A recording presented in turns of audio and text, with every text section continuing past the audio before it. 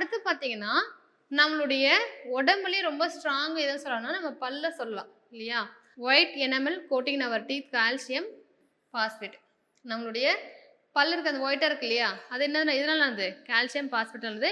இருக்கிறதுலே ரொம்ப ரொம்ப வந்து கடினமான பகுதி. ஓகேங்களா? இப்ப என்ன ஆகும்னா வந்து, இந்த நம்ம பற்கள் வந்து எதுல கரையாதுன்னா, வாட்டர்ல இருந்து கரையாது. பட் ஆசிடா இருக்கும்போது என்ன ஆகும்னா, அது வந்து அரிக்க ஆரம்பிக்கும்னு சொல்றாங்க.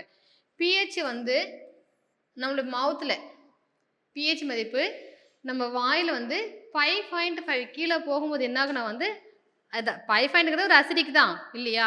இன்னும் 7க்குள்ள தானே இருக்கு. அதுலயும் வந்து 5.5 கீழ நம்ம போகும்போது என்ன ஆகும்னா வந்து, அந்த பல்லெல்லாம் வந்து அரிக்க ஆரம்பிக்கும்னு சொல்றாங்க. அத நம்ம நியூட்ரலைஸ் பண்ண என்ன பண்றோம்னா வந்து, டூத் பேஸ்ட்ட பயன்படுத்துறோம். இல்லையா? அப்ப பேஸ்ட்ங்கிறது என்னது? பேஸ். அப்ப என்ன பண்ணுது? அந்த அசிடிட்டியும் பேஸும் சேர்ந்து என்ன பண்ணுது?